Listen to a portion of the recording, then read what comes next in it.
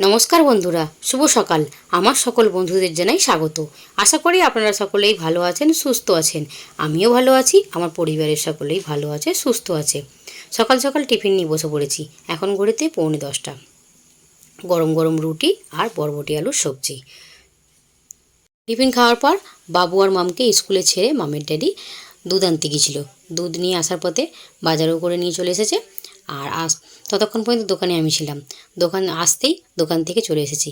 এসেই ঝটপট দুপুরে রান্নাটা বসিয়ে দিলাম। কুঁদরুই ভাজা করব। কুঁদরুই ভাজা খেতে বাবু ভীষণ ভালোবাসে। আজকাল মাম্মামও একটু আধটু খায়। কুঁদরুইটাকে ভালো করে একটু লাল লাল করে ভেজে নিলাম। একদম কম তেলেতে ভেজেছি। ওই কড়াতে 1 পোলা মতো তেল দেবো, বেশি দেবো না। আজকে যে সবজিটা রান্না করব ও থেকে আপনিই তেল বেরোবে, তাই জন্য অল্প করেই তেল দিলাম। কেটে রাখা আলুগুলোকে তুলে দিচ্ছি। আলুগুলোকে ভালো করে নেড়েচেড়ে লাল করে ভেজে নেব। অনেক দিন ধরেই মাম্মামের ড্যাডিকে বলছিলাম, আমার না এই জিনিসটা খেতে অনেক দিন ধরেই ইচ্ছা করছে, তো একটু এনে দাও। তো ফাইনালি আজকে মাম্মামের ড্যাডি নিয়ে আসলো পছন্দের জিনিসটা। আলুটা ভেজে নিয়ে পেঁয়াজগুলোকে তুলে দিলাম। প্রথমে আমি ফোড়ন দিতে ভুলে গিয়েছিলাম, তাই জন্য আলু আর পেঁয়াজটাকে সাইডে করে সরিয়ে দিয়ে মাঝখানে ফাঁকা করে নিয়ে যে তেলটা গড়িয়েছিল সেই তেলটার মধ্যেই জিরে আর শুকনো লঙ্কাটাকে ভেজে নিলাম। ভেজে নেওয়ার পর আলু আর পেঁয়াজের সাথে ভালো করে আবার একটু নেড়েচেড়ে ভেজে নিচ্ছি। ভেজে নিয়ে এর মধ্যে আমি আদা আর রসুন আর কাঁচা লঙ্কা একসঙ্গে বেটে রেখেছিলাম, সেইটাই দিয়ে দিচ্ছি। দিয়ে ভালো করে নেড়েচেড়ে ভেজে নেব যতক্ষণ না আদা রসুনের কাঁচা গন্ধটা যাচ্ছে। ভালো করে নেড়েচেড়ে কষিয়ে নিচ্ছি। এই প্রথমবার একদম তেল কম দিয়ে রান্না করছি। তেল তো দেখতেই পাচ্ছি না। আর মশলাটা ভালো করে কষাতে কষাতে আলুগুলো প্রায় সেদ্ধ হয়ে গেছে। আর এদিকে টমেটো আর টক দই একসঙ্গে পেস্ট করে রেখেছিলাম, সেটাই তুলে দিলাম। দিয়ে ভালো করে এটা নেড়েচেড়ে কষিয়ে নেবো। কষাতে কষাতে এই যে একদম শুকনো শুকনো হয়ে গেছে। এর মধ্যে এবার রেগুলার যা মশলা সেই মশলাগুলোই দিয়ে দেবো। ধনে গুঁড়ো, লঙ্কা গুঁড়ো, জিরে গুঁড়ো, হলুদ গুঁড়ো আর স্বাদ মতো লবণ দিয়ে ভালো করে আবার একটু কষাবো। এর মধ্যে না জার ধোয়া জলটাও দিয়ে দেবো, যাতে মশলাটা পুড়ে না যায়। মশলা দিয়ে ভালো করে নেড়েচেড়ে কষিয়ে নিয়েছি। এই যে একদম শুকনো শুকনো করে কষিয়ে নিয়েছি। এবার এর মধ্যে পছন্দের জিনিসটা দিয়ে দেবো। কী বলো তো বন্ধুরা, খাসির মাংসের চর্বি।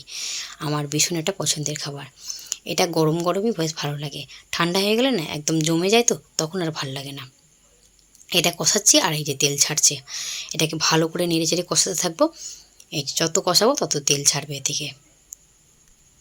কষানো হয়ে গেছে, কতটা তেল ছেড়েছে দেখো বন্ধুরা। যার জন্যে প্রথমেই আমি তেলটা কম দিয়ে রান্না করেছি। চর্বি দেখে তো বাবু ভীষণ খুশি। ও ভেবেছে যে ঘুগনি বানাবো। তারপর যখন সবজি কচি দেখছে তখন বলল, মা একদিন চর্বি দিয়ে ঘুগনি বানিয়ে দিও। আমি বললাম ঠিক আছে, অন্য একদিন বানিয়ে দেবো। আর এই যে গ্যাসের ফ্লেমটা লো রেখে 5 মিনিট মতো ঢেকে এটা রান্না করে নেব। দেখো বন্ধুরা কতটা তেল ছেড়েছে। এবার এর একটু নেড়েচেড়ে নেবো। নেড়েচেড়ে নিয়ে এর মধ্যে গরম মশলা দেবো। গরম মশলা দিয়ে মিনিট 2 মতো ঢেকে এটা রাখবো। তারপর এটা নামিয়ে নেব। রোজকারের মতো আজকে দুপুরে কি রান্না করেছি দেখে নিই। এই যে ভাত বানিয়েছি। ভাতটা দুপুরের মতোই করেছি। রাত্রিরে রুটি হবে। সকালেও রুটি করেছিলাম, রাত্রিরও রুটি। বাবু না একদম ভাত খেতে চায় না, তাই জন্য রাত্রিরে রুটিই হয়। আর এদিকে বাবুর পছন্দের কুঁদরুই ভাজা, সাথে একটু মুগ ডাল নয় মসুর ডাল করেছি অল্প করেই। প্রথমে ভেবেছিলাম ডাল করবো না, তারপর বাবু আর মামের ভাত মাখানোর জন্য আবার ডাল করলাম। আর এই যে এদিকে রয়েছে খাসির মাংসের চর্বি। চর্বিটা এতটা গলে তেল বেরিয়েছে, চর্বি খুঁজে পাওয়া যাচ্ছে না। আর এই যে এদিকে রয়েছে কেওড়ার টক, কালকের এটা গরম করে নিয়েছি। সাথে একটু পেঁয়াজ আর লেবু কেটে নিয়েছি। আর তার সাথে শসা আর আম কেটে নিয়েছি। আজকের মতো ব্লগটা এখানেই শেষ করছি। ভালো লাগলে লাইক দিয়ে পাশে থাকবেন।